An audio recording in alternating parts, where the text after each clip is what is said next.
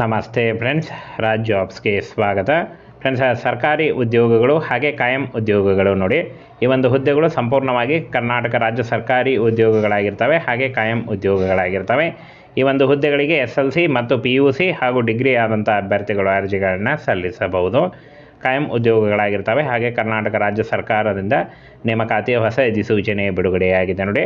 ಬನ್ನಿ ಇದ್ರ ಬಗ್ಗೆ ಒಂದೊಂದಾಗಿ ಮಾಹಿತಿಯನ್ನು ತಿಳಿಸ್ಕೊಡ್ತೀನಿ. ಹಾಗೆ ಕರ್ನಾಟಕದ ಯಾವುದೇ ಡಿಸ್ಟಿಕ್ಕಿಂದ ಯಾವುದೇ ಜಿಲ್ಲೆಯಿಂದ ಕೂಡ ನೀವು ಅರ್ಜಿಗಳನ್ನು ಸಲ್ಲಿಸಬಹುದು. ಕಾಯಂ ಹುದ್ದೆಗಳಾಗಿರ್ತವೆ ಹಾಗೆ ಪ್ರೆಷರ್ ಕೂಡ ಅರ್ಜಿಗಳನ್ನು ಸಲ್ಲಿಸಬಹುದಾಗಿರುತ್ತೆ. ಬನ್ನಿ ಇದ್ರ ಬಗ್ಗೆ ಕ್ಲಿಯರ್ ಮಾಹಿತಿಯನ್ನು ತಿಳಿಸ್ಕೊಡ್ತೀನಿ ನೋಡಿ. KPSCಯಿಂದ ಕೃಷಿ ಮತ್ತು ಜಲಸಂಪನ್ಮೂಲ ಇಲಾಖೆಯಿಂದ ನೇಮಕಾತಿ ಆಗಿರುತ್ತೆ.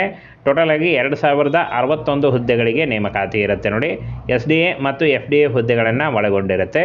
ಇನ್ನು ಫ್ರೆಂಡ್ಸ್, ಈ ಒಂದು ಹುದ್ದೆಗಳಿಗೆ ಅರ್ಜಿ ಸಲ್ಲಿಸುವಂಥ ಅಭ್ಯರ್ಥಿಗಳಿಗೆ ಇಲ್ಲಿ ನೋಡಿ, ನಾನ್ HK 1666 ಹುದ್ದೆಗಳಿದ್ದರೆ HKನಲ್ಲಿ 395 ಹುದ್ದೆಗಳಿದ್ದಾವೆ ನೋಡಿ. ಟೋಟಲಾಗಿ 2061 ಹುದ್ದೆಗಳಿದ್ದಾವೆ ಇಲಾಖೆಯಲ್ಲಿ. ಟೋಟಲಾಗಿ 61 ಹುದ್ದೆಗಳಿದ್ದಾವೆ. ಆನ್ಲೈನ್ ಮೂಲಕ ಅರ್ಜಿಗಳನ್ನು ಸಲ್ಲಿಸಬಹುದಾಗಿರುತ್ತೆ. ಇನ್ನು ಫ್ರೆಂಡ್ಸ್, ಇಲ್ಲಿ ನೋಡಿ, SDA, FDA, ಜೂನಿಯರ್ ಅಸಿಸ್ಟೆಂಟ್ ಹಾಗೂ JE ಸೇರಿದಂತೆ ವಿವಿಧ ಹುದ್ದೆಗಳಿಗೆ ಅರ್ಜಿಗಳನ್ನು ಆನ್ಲೈನ್ ಮುಖಾಂತರ ಸಲ್ಲಿಸಬೇಕಾಗತ್ತೆ ಅಂತ ಹೇಳಿದ್ದಾರೆ. ಹಾಗೆ ಇನ್ನು ವಿವಿಧ ಇಲಾಖೆಗಳಿಂದ ಇಲ್ಲಿ ನೋಡಿ, ಹುದ್ದೆಯ ಹೆಸರು JE, AE ಮತ್ತು KAS ಹಾಗೂ SDA, FDA ಹುದ್ದೆಗಳಾಗಿರ್ತವೆ. ಇನ್ನು ಇಲಾಖೆಯಲ್ಲಿ 2061 ಹುದ್ದೆಗಳಿದ್ದಾವೆ. KPSCಯಿಂದ ಒಂದು ನೇಮಕಾತಿ ಆಗಿರುತ್ತೆ.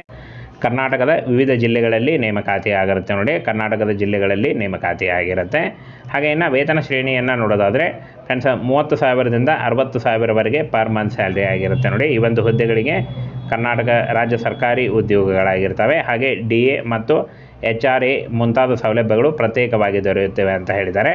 ಹಾಗೆ ಇನ್ನು ಫ್ರೆಂಡ್ಸ್, SSLC, PUC, ಡಿಗ್ರಿ ಮಾಡಿದಂಥ ಅಭ್ಯರ್ಥಿಗಳು ಅರ್ಜಿಗಳನ್ನು ಸಲ್ಲಿಸಬಹುದಾಗಿರುತ್ತೆ.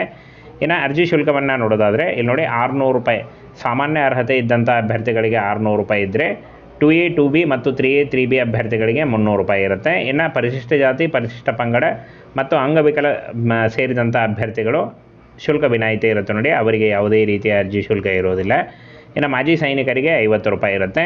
ಅರ್ಜಿ ಶುಲ್ಕವನ್ನು ಕಂಪ್ಯೂಟರೈಸ್ಡ್ ಅಂಚೆ ಕಚೇರಿಯಲ್ಲಿ ಪಾವತಿಯನ್ನು ಮಾಡಬಹುದು ಅಂತ ಹೇಳಿದ್ದಾರೆ.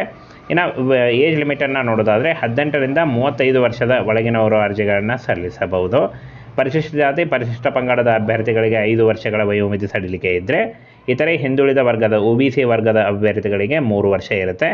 ಹಾಗೆ PWD ಅಂಗವಿಕಲ ಅಭ್ಯರ್ಥಿಗಳಿಗೆ 10 ವರ್ಷಗಳ ವಯೋಮಿತಿ ಸಡಿಲಿಕೆ ಕೂಡ ಇರುತ್ತೆ ನೋಡಿ. ಆದಷ್ಟು ನಿಮ್ಮ ವಯಸ್ಸಿನ ಲೆಕ್ಕಾಚಾರ ಮಾಡಿಕೊಂಡು ನೀವು ಅರ್ಜಿಗಳನ್ನು ಸಲ್ಲಿಸಬಹುದು. ಇನ್ನು ಆಯ್ಕೆ ವಿಧಾನವನ್ನು ನೋಡೋದಾದರೆ ಅಭ್ಯರ್ಥಿಗಳಿಗೆ ಆಯ್ಕೆ ಮಾಡಲು ಸ್ಪರ್ಧಾತ್ಮಕ ಪರೀಕ್ಷೆ ನಡೆಸಲಾಗುತ್ತೆ ಅಂತ ಹೇಳಿದ್ದಾರೆ. ಸ್ಪರ್ಧಾತ್ಮಕ ಪರೀಕ್ಷೆಯ ಮೂಲಕ ಪತ್ರಿಕೆ ನಿರ್ದಿಷ್ಟ ಪತ್ರಿಕೆಗಳನ್ನು ಹೊಂದಿದ್ದು, ಪ್ರತಿಯೊಂದು ಪತ್ರಿಕೆಯು ನೋಡಿ ಇಲ್ಲಿ 100 ಅಂಕಗಳನ್ನು ಹೊಂದಿರುತ್ತೆ ಅಂತ ಹೇಳಿದ್ದಾರೆ. ಒಟ್ಟು 200 ಅಂಕಗಳಿಗೆ ಪರೀಕ್ಷೆ ಇರುತ್ತೆ ಅಂತ ಹೇಳಿದ್ದಾರೆ. ಹಾಗೆ ಪರೀಕ್ಷೆಯಲ್ಲಿ ಋಣಾತ್ಮಕ ಮೈನಸ್ ಮೌಲ್ಯಮಾಪನ ಇದ್ದು, ಪ್ರತಿ ತಪ್ಪು ಉತ್ತರಕ್ಕೆ 4ನೇ 1 ಭಾಗ ಅಂಕವನ್ನು ಕಳೆಯಲಾಗುತ್ತೆ ಅಂತ ಹೇಳಿದ್ದಾರೆ ನೋಡಿ. -1 ಅಂಕಗಳು ಕೂಡ ಇರ್ತವೆ. ಹಾಗೆ ಇನ್ನು ಅರ್ಜಿ ಹಾಕುವ ವಿಧಾನವನ್ನು ನೋಡೋದಾದರೆ ನಿಮ್ಮ ಸ್ಕ್ರೀನ್ ಮೇಲೆ ರೆಡ್ ಇಂಕ್ನಲ್ಲಿ ಕಾಣಿಸ್ತಾ ಇರೋ ಈ ಒಂದು ಅಫಿಷಿಯಲ್ ವೆಬ್ಸೈಟ್ಗೆ ಹೋಗಿ ನೀವು ಅರ್ಜಿಗಳನ್ನು ಸಲ್ಲಿಸಬಹುದಾಗಿರುತ್ತೆ.